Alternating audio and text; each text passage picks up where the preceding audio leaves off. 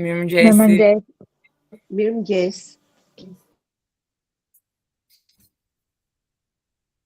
Ora është 9, që kështu po filloj me pjesën e prezantimit, besoj.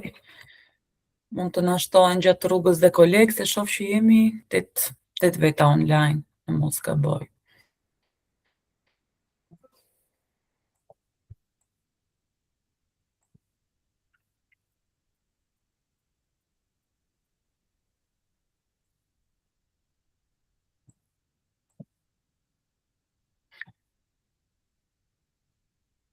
Tema që unë kam zgjedhur për sot, besoj duken slajdet, jemi okay? Po, duken. Okay. Tema që unë kam zgjedhur për sot është pilulat e suksesit.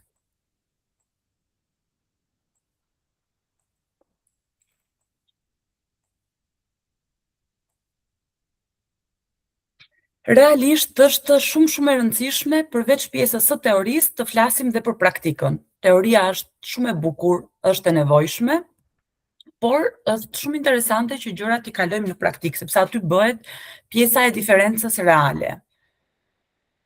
Tema e sotme, pilulat e suksesit, është e thjeshtë në dukje, por as pak banale. Prandaj do kërkoja nga ju një vëmendje maksimale në 30 minutat e ardhshme. Është quajtur posaçërisht pilulat e suksesit, sepse nëse do të kisha një recetë për sukses, për t'ja u treguar në 30 minuta, ka shumë të ngjarë që këtë mëngjes nuk do isha me ju, sepse do isha një mega multimilionere. Sigurisht, nëse do të ekzistonte një formulë magjike për suksesin dhe mund të shpjegoj në kaq pak minuta, gjërat do të ishin shumë të thjeshta. Por realiteti qëndron ndryshe. Suksesi ndërtohet me hapa të vegjël, konsistent, me ndërgjegjësim dhe veprime të vazhdueshme. Për këtë arsye, ajo që do të ndaj sot me ju janë disa ide të thjeshta, por shumë të fuqishme, që nëse zbatohen në mënyrë rigoroze do të bëjnë një ndryshim të madh. Kështu që do doja që të mbani të shënime dhe më saktë çfarë mund t'ju lind në kokë si pyetje që ta diskutojmë në pjesën e fundit të seancës. Sa herë është përsëritur në Mirëmëngjes Momo fjala motivim? Të paktën aq herë sa mund të keni marrë dhe ju pjesë. Sipas mendimit tuaj, ne insistojmë kaq shumë në motivim pa arsye?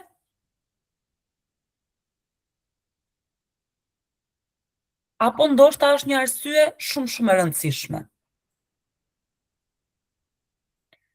Do të ndalemi përsëri dhe shpesh në shumë seanca të tjera në vazhdim tek motivimi, sepse shumë prej nesh mendojmë se flasim për motivim si diçka të përsëritur, por duhet të kthehemi vazhdimisht te ai sepse ka një rol thelbësor. Fjala motivim përbëhet nga dy element: arsyeja dhe veprimi.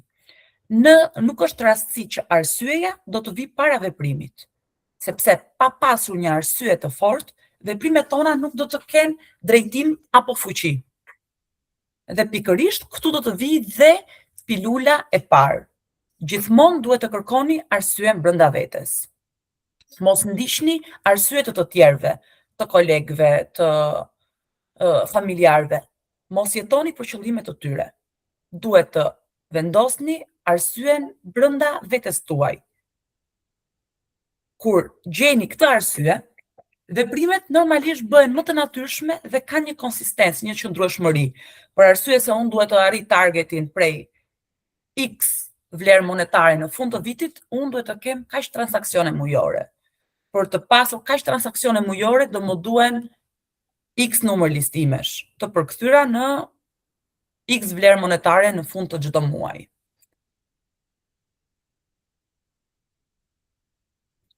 Një tjetër element që është po ashtu shumë i rëndësishëm është të mësojmë të bëjmë pyetjet e duhura.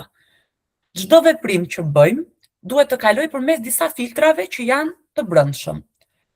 Fillimisht duhet të pyesim veten nëse ajo që po bëj sjell vlerët e të tjerët, ka rëndësi, është në përputhje me një etikë, me një vlerë morale tonën. nëse është diçka që nuk përputhet me parimet tona, atëherë është mirë të mos bëhet, sepse në fund të ditës gjëja më e rëndësishme është që të veprojmë sipas mundësive tonë dhe të jemi në paqe me veten, të ndihemi mirë kur shihemi në pasqyrë. Si ta kuptojmë që veprimet tona janë të drejta? Duhet të fillojmë të bëjmë pyetje vetes, si më poshtë. 1. A ju sjell vlerë ajo që unë bëj të tjerëve? Si do të bëj ndryshim kjo që po bëj në jetët e njerëzve? E treta, a është etike ajo që po bëj? Sa prej kolegëve në raste të caktuara në tema diskutime kemi dëgjuar që shiko erdhi pa pronën, më mori kontaktin. Etika është një ndër elementet e fundit që në çfarëdo lloj tavoline diskutimi bisede përmendim. Por nëse kjo gjë bie ndesh me vlerat tona dhe me etikën tonë, është patjetër e gabuar.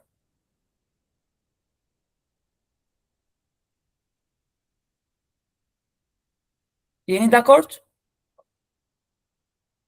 Pra pyetjet që duhet i bëjmë vetes, a sjell vlerë të tjerëve ajo që po bëj? Si do të bëj ndryshim kjo gjë në jetët e të tjerëve? Dhe a është etike ajo që po bëj? Komunikimi është një tjetër faktor kyç.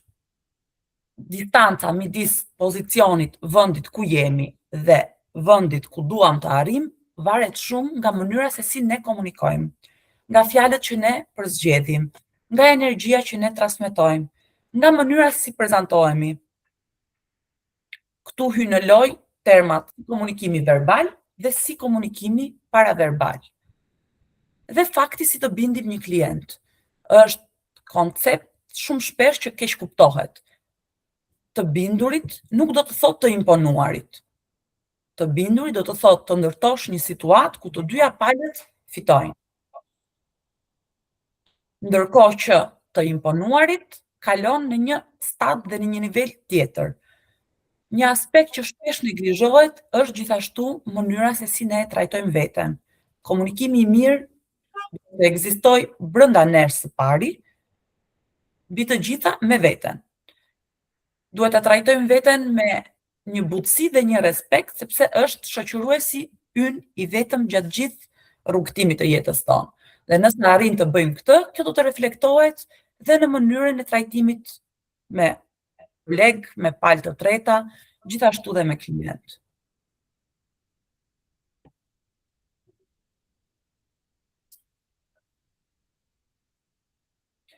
Një ushtrim që unë do doja që ta shihnim dhe në vijim të seancës tjetër të radhës që do të kemi së bashku dhe ta konfrontonim, është shumë i vlefshëm dhe që në mënyrë që të identifikojmë mendimet dhe besimet që ju kufizojmë. Unë dua të shkruajnë në një fletë të bardhë, mund na e nisni pastaj dhe në WhatsApp apo me email, por do doja që ta shtjellonim në seancën pasardhëse që unë do të kem mundësinë përsëri të diskutoj. Dua të shkruani 5 mendime, ndjenja, veprime negative që ju kufizojnë ju, të transformoni ato në mendime negative. Dua t'ju jap një shembull. Pastaj secili nga ju ka pjesën e vet të kufizimeve. Nuk jam në gjendje të bëj një open house. Ky është një shembull i një kufizimi që ju mund ta keni. Dhe pjesa e letrës tjetër ku dua të shkruani pjesën e transformimit apo zgjidhjen e këtij kufizimi është shprehja edhe pse sot mungon diçka për të bërë këtë open house, unë do të arrij këtë duke u trajnuar, duke marrë eksperiencë nga kolegë të tjerë që e kanë bërë një open house të suksesshëm. 5 shembuj të tillë do doja prej secilit prej jush që të jenë të shkruara në seancën e radhës tjetër. Pra, dua të shkruajmë dhe pjesën e transformimit të mendimeve pozitive në këto 5 shembuj. Ky është një hap shumë i rëndësishëm sepse Gjëja e parë që ne na kufizon është pjesa e mentalitetit. Pra krijojmë bariera në mendjen tonë së pari, për të përkthyer më pas që nuk mundem me një koleg, me broker, me një klient. Çdo kufizim e ka dhe një opsion zgjidhje nga pas. Jeni dakord? Po. Për shembull, një kufizim tjetër cili mund të ishte që ju deri më sot keni ndenjur në këtë pjesën e stepjes dhe nuk keni tentuar. Për shembull, ja mund të them unë një shembull është që nuk mund të merrem me një pronë që është 500.000 euro sepse është shumë e vështirë për të shitur ose do shumë kohë për të shitur. Pse e mendon të tillë?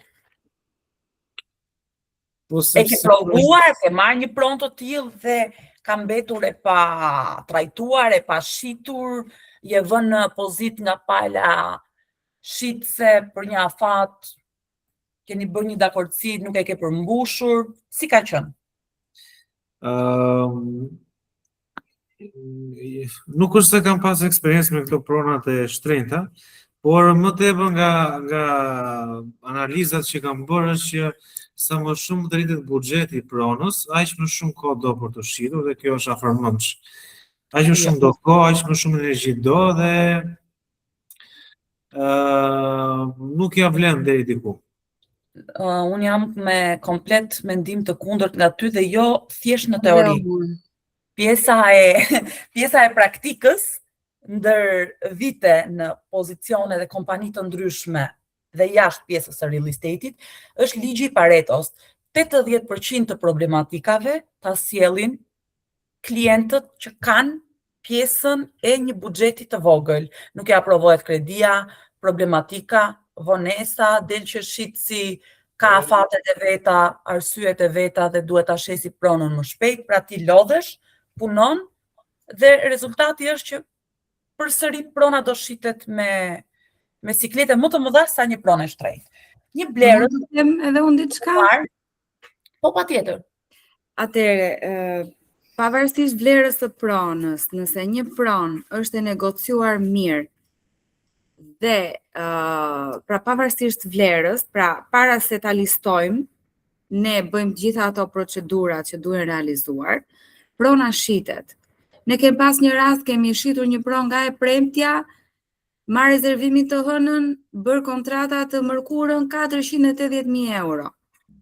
Absolutisht. Pra, pavarësisht në qoftë se bëhet një punë konstante, serioze dhe e mirë menduar dhe e negociuar, unë gjykoj që realizohet.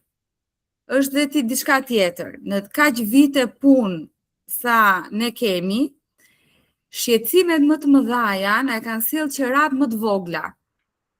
Pikërisht. Po realisht shqetësime që jo që s'ja vlejnë për punën e realizuar dhe atë që por sepse dikush që investon vlera të mëdha ka dhe background-in, kapacitetin gjitha për të kuptuar si funksionon e gjithë gjëja. Mendoj unë. Të paktën nga eksperienca jonë. Edhe unë diçka, çdo pronë e ka vlerësin e vet, mos e parajgjyko. Mund të jetë shumë e thjeshtë të shesësh një pronë të shtrenjtë sesa një pronë të lirë siç tha Gjeni. Unë për pak ditë do marr një pronë shumë të mirë vlorë dhe që do ju vë në sfidë ju të Vlorës që na e shisni se do e marr ekskluzive.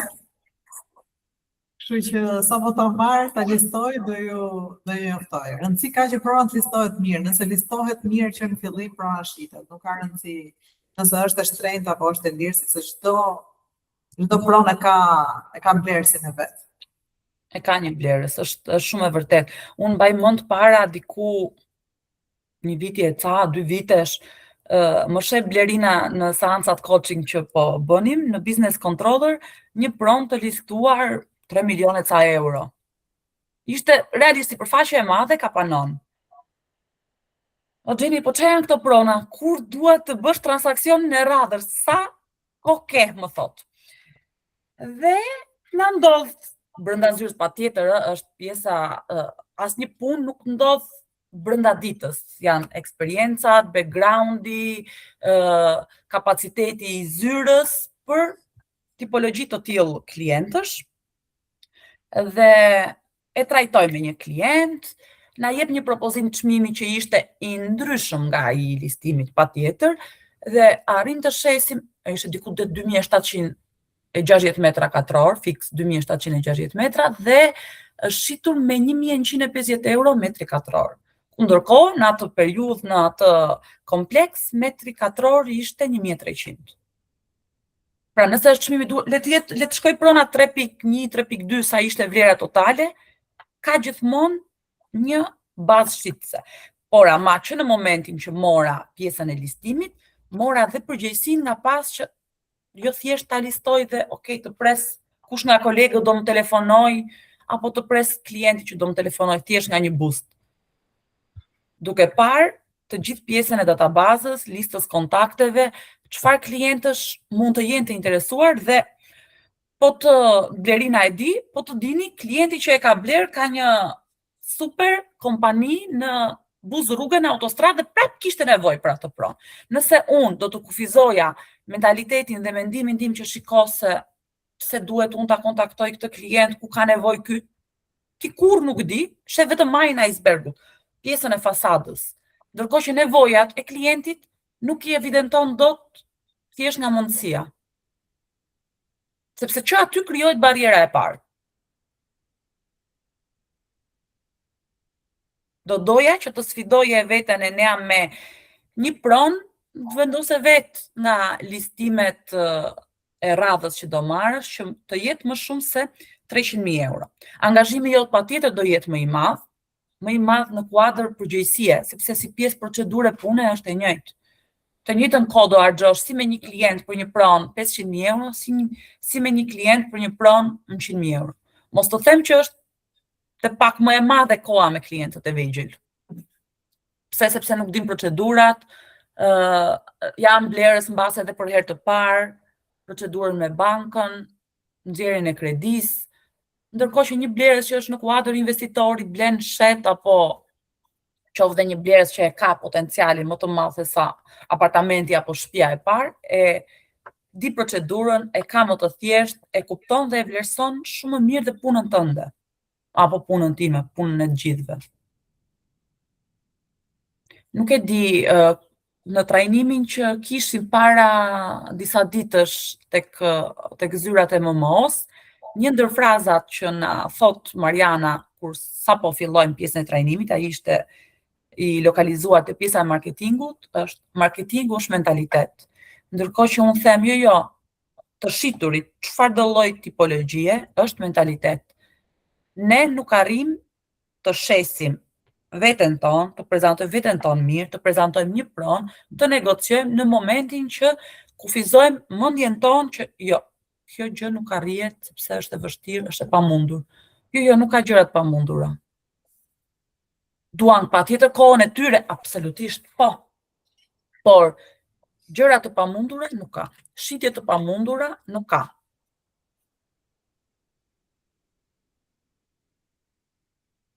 Unë tani dëgjoj një heshtje totale. Është e vërtet kjo Blerina? Që nuk ka shifra të pamundura? Shumë e vërtet është. Gjithmonë nuk ka as pronë që nuk shihet, sepse çdo pronë thash edhe më përpara. E ka gjithmonë vlerësin e vet. Thjesht kemi të bëjmë vetëm me çmimin. Nëse Kam listuar tani një pronë që është pronë e shtrenjtë, e di që është e shtrenjtë, ndodhet tek Olea Resort dhe kam pasur në pjesën, kam bërë patjetër edhe marketing, ja kam dërguar dhe klientëve të databazës time që mendoj që e kanë potencial, no klient investitor ose për vete. Kam pasur dhe nga ato klientë që kanë thënë 8.000 euro metri katror, jo, nuk i bie 8.000 euro metri katror, sepse ke verandën të pallogaritur, ke postin e parkimit, ke arredimin, dhe është një rezidencë që mund të ndodhin 2 prona në vit po dole në shitje, sepse ka një klientel stabël. Pra, blerësit e parë nuk janë blerës investitorë, kanë rishitur apo e ke gjysmën e resortit me booking dhe nuk e di kë ke komshi. Ti blen standardin që kërkon. Nuk është pronë për ty, po.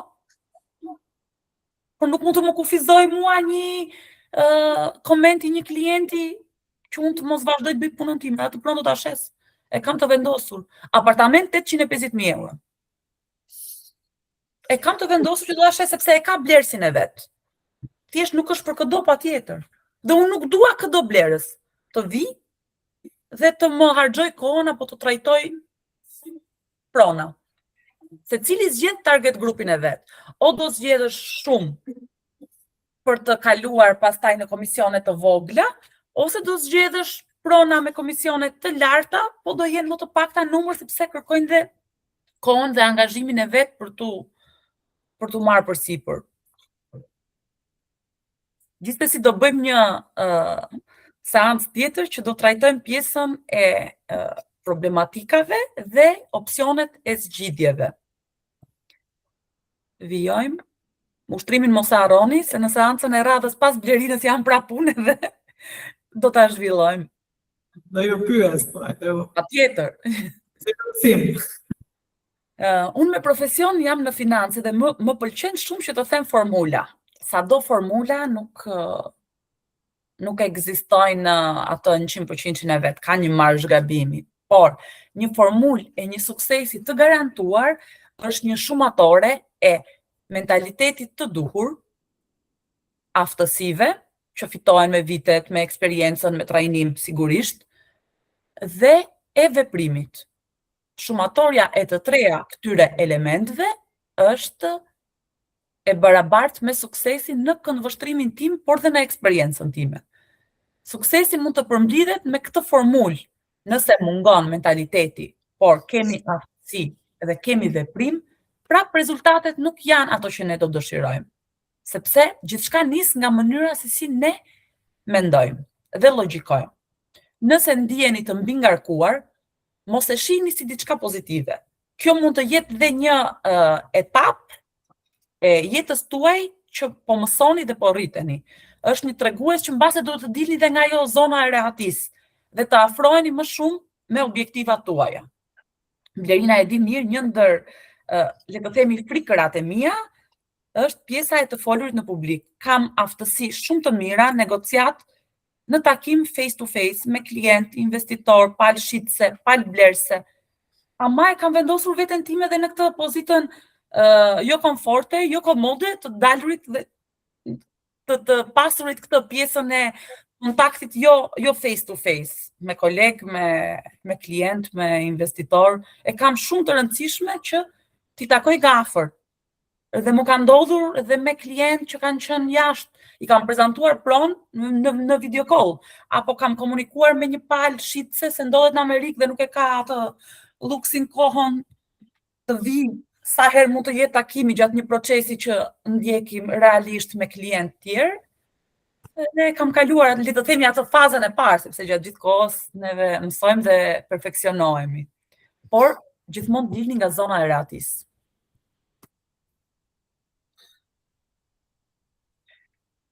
Ju kam thënë shumë shpesh që unë mbaj në çantën time tefrën, e kam në çantën e laptopit dhe do ta kem për shumë kohë derisa ta arrij këtë objektivin. Ai është 1 milion euro neto për agentin? Në vit komisione të mia. Po flas për komisione personale, jo ç'a bën zyra, se unë nuk jam broker, unë jam agente. Okay. Po flas për pjesën time. Gjithmonë objektivat i kam vendosur të lartë sepse kjo është një shtys për t'i arritur. Kam zgjedhur një zyrë që trajton prona me çme shumë të larta, sepse këtë që dua të arrij. Më fal? Cila zyrë është ajo? FF imobiliare. Okay. Se e kam zgjedhur sepse unë dua të sfidoj veten dhe të arrij këtë objektiv. Mund ta kisha shumë kollaj të zgjidhja një zyrë tjetër, sepse unë dua këtë mentalitetin që kam në mendjen time ta kthej në veprim dhe në rezultat në fund. Secili nga ne ka një objektiv të vetin. Ne mund të fitojmë, kam bërë një shembull aty, 1 milion euro në 40 vjet, por duhet vendosim dhe një deadline dhe një afat. 1 milion euro në 20 vjet, 1 milion euro në vit, 1 milion euro në muaj. Ka koleg tonë në përbot, se këtu nuk e di, në pjesën e real estate-it të paktën, që ekzistojnë edhe në këto vlera. E gjitha është mendësia dhe diferenca qëndron tek pjesa e vertikalizimit. Është një koncept që ne në seancat coaching e trajtojmë dhe e kemi bërë, sepse është tek aftësia, te sasia dhe te energjia që ne vendosim të rritemi. Sa më shumë rrisim aftësit, aq më pak veprime dhe përpjekje do të na duhen për të arritur rezultatet. Në fund, është shumë e rëndësishme që të kuptojmë diferencën midis të qenit të interesuar dhe të angazhuar. Të interesuar do të thotë të kesh dëshirë, ndërsa i angazhuar do të thotë të veprosh, po të veprosh çdo ditë, të jesh konsistent. Vetëm angazhimi i vazhdueshëm ne na sjell ato rezultatet që ne duam. Marr një shembull që mund të jetë nga jeta personale, shembull. Unë jam e interesuar, çfarë të bëj? Marr ato abonimin vjetor të palestrës, se mendoj që po bëj dhe një negocim dhe nuk shkoj në palestër. Kjo jam unë realisht. Dhe ndërkohë i angazhuar është një person që shkon dhe stërvitet çdo ditë. E njëjta gjë është dhe në fushën të punës, në fushën profesionale. Dëshironi një shembull tjetër në lidhje me këtë? Po, patjetër. Po ju bëj një pyetje. Kush nga ju mendon që do të arrijë rezultate vetëm duke u regjistruar në qoftë edhe në këtë MMO-n e mëngjesit apo qoftë edhe në coaching? Vetëm duke u regjistruar ne nuk arrijmë asgjë. Duke filluar të veprojmë dhe të vendosim veten para sfidave dhe të realizojmë të gjitha detyrat. Çfarë na lihet, atëherë fillon pjesa le të themi hapit të parë drejt suksesit apo arritjes së objektivave. E dini se cila është monedha më e rëndësishme që ne na japin trajnuesit coaching, seancat që bëjmë? Koha. Përveç kohës. Kush tjetër? E kam unë në dorë, Xheri. Sa do të thoja, po unë e kam lënë në makinë. Është një monedhë gold, nga një anë ka logon e MMO-s, ndërsa nga ana tjetër është e shkruar moneta del impeño, monedha e impenjimit. Ne mund të marrim përsipër edhe të regjistrohemi, mund të hyjnë dhe të dalin shumë nga një kurs trajnim, është e rëndësishme mënyra se si dalin. Sa efektiv, sa kanë përkthithur dhe sa i vënë zbatim. Sepse në teori dim që të gjithë. Puna është sa e zbaton për të arritur të ai rezultati final në fund të muajit, 3 mujorit, 6 mujorit apo vitit. Unë do dua që të gjithë ju të paktën kolegët që jeni korrektë dhe të rregullt dhe nuk mungoni çdo të mërkur, të jepni 101% në çdo ditë të punës tuaj. Sepse duke dhënë maksimumin, atëherë do të vinë dhe rezultatet. Mesazhi im për ju është angazhim 100% plotësisht në gjithçka që bëni, duke dhënë maksimumin në çdo ditë. Sepse realisht do arrini më shumë dhe meritoni të arrini më shumë.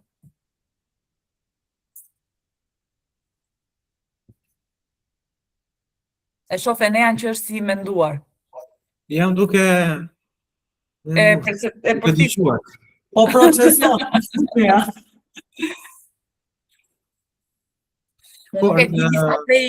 Ashtu është, domethënë, nëse çdo gjë nuk konkretizohet apo materializohet në veprim, është vetëm në nivel teorie pastaj.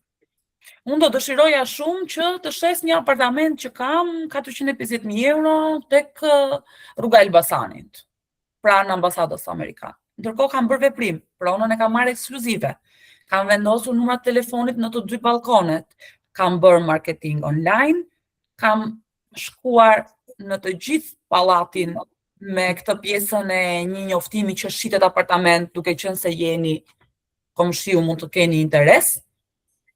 Dhe po vazhdoj, po telefonoj dhe databazën time klient investitor, sepse është një opsion që mund të ndahet. Unë duke marrë përsipër 1, 2, 3, 4, 5, 7 veprime, kam më shumë mundësi që këtë pronë ta shes apo ta mbyll, se sa thjesht ajo dëshira edhe një klik boost.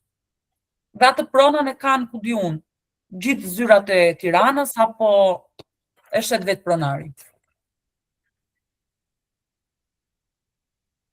Mundësia që unë të arri rezultatet që dua është ajo moneda e impenjimit që tregoj Blerina. Duke marrë veprime, ta kalojmë dhe njëherë ke slajdi, thash, mentaliteti ka të bëjë shumë. Unë që pa u bërë pjesë e real estate-it, kam pasur një mentalitet, dua të shes prona të shtrenjta, pik, nuk e negocioj. Të ka ecur? Po mu ka ecur. Gjeni është e targetuar Por unë i them Ka ta pjena kliringu të lira tani, ato as nuk i kam marketuar. Aftësitë e dura vinë me trajnime. Më do fal të vira. Gjeni vazhdo me targetin e vet. Po, nuk e negocioj. Aftësitë e dura që patjetër sado eksperiencë në këtë fushë ka gjithmonë gjëra për të vendosur në funksion, në veprim dhe për të mësuar, dhe gjithashtu action plan, pjesa e veprimit. Me këto përmblidhet suksesi. Ju falenderoj për seancën e sotme. Unë do dëshiroja të kujtoja dhe që në datën 10 qershor është lënë seanca e dytë, po është për të ritse të parës për kolegët që nuk arritën dot të merrnin pjesë në seancën që bëm para disa ditësh tek zyrat e MMO-s në lidhje me pjesën e marketimit. Nuk e di kush nga ju nuk ka marrë pjesë, nuk kishte mundësi. Aida do ju dërgoj dhe mesazhin e radhës. Është e njëjta seancë që unë, Anisa, Jolanda dhe disa kolegë të tjerë bëm Dhe Nea ditësh. Edhe Nea, po. Seanca tjetër, po e njëjtë, është me datën 10 qershor, ora është caktuar, ora 13 besoj. 9:13. 9:13. Pas këtij trajnimi që do bëjmë, që praktikisht ishte pjesa teorike e marketingut, që folëm edhe unë edhe Mariana, që është specialiste e fushës dhe ka eksperiencë 12 vite në këtë sektor, kemi vendosur që në datën 17 të bëjmë një trajnim tjetër, po për marketingun, por që do jetë praktik. Pra, si do operojmë me mediat sociale, çfarë do bëjmë, do të thonë totalisht praktik, ose me inteligjencën artificiale do na japi ajo Mariana disa raste, mënyra se si mund të përmirësojmë marketingun tonë, domethënë duke punuar direkt në praktik me mediat sociale dhe me inteligjencën artificiale, si duhet të përdorim. Po, që kështu. Pra mirë është se ata që po jetë i dyti do të janë dhe ke i pari. Pra shohim pjesën teorike një herë, pastaj praktikën që do bëjmë me datë 17. 17-ta normalisht do jenë të dy palët, dy grupet që ishin, edhe ata që ishin herën e parë edhe ata që do vinë herën e dytë, data 10. Okej? Realisht ju këshilloj sepse pjesa e marketingut ndryshon çdo ditë. Çdo ditë është një aplikacion që është më i mirë, është më i updateuar, na ndihmon të bëjmë punën tonë më thjesht. Dhe seanca dytë pastaj do jetë teorisht, domethënë do jetë 100% praktike, sepse secili me telefonin e vet do instaloj programet që këshillohen dhe do ta kalojmë pastaj në pjesën e praktikës me marketimin secili në rrjetet e veta sociale. Nuk duhet ta huni. Nisem sot për PISA vetëm për një trajnim që bëhet nesër për inteligjencën artificiale, ndryshimet, update-et e fundit që kanë ndodhur këto 2-3 muajt e fundit për të mësuar dhe sigurisht për të sjellë në Shqipëri pastaj. Sa vite ke Ina në real estate? Unë, sa vite? 8. Bëj në shtator, bëj 9. Dhe një person si Ina që ka X status, pozicion, ka kaluar X eksperienca të tjera, por të ngelemi te real estate, se cili ka ato teknikalitetet e veta, pas kaq vitesh prap trajnohet. Sepse që aty fillon ndryshimi i mendësisë për të arritur pastaj tek ato rezultatet që ne dëshirojmë. Unë do vdes një studente. Kështu i them vetes time çdo ditë, sepse çdo ditë mësoj. Mësoj edhe nga një agent i ri që vjen në zyrë për X aplikacion, platform, hedhje prone, mësoj nga marketingu, mësoj edhe nga një klient që është investitor, mënyrën se si ai mendon dhe si ai vepron për të arritur aty ku është. Mësojmë në çdo moment, por e rëndësishme është dëshira e përthitjes dhe vendosja në veprim më pas. Ju uroj një ditë të bukur, ishte kënaqësi. Mos harroni 5 pikat që ju pengojnë dhe nga ana tjetër Si mund të përmirësojmë? si mund të përmirësojmë mundësinë e zgjidhjes ose zgjidhjet dhe mund të diskutojmë nëse nuk keni një, le të themi, mendim të saktë se si mund të veproni. Është shumë mirë që në këtë komunitet me kaq vite sa jemi të ndajmë eksperjenca sepse dhe frymëzohemi nga eksperiencat e njëri tjetrit. Unë ju falenderoj për kohën Shumë faleminderit. në tjetër. Faleminderit. Faleminderit. Ditë të mbar. Të mbarë. Faleminderit të mbarë. Dhe tashim. Pafshim gjithëve.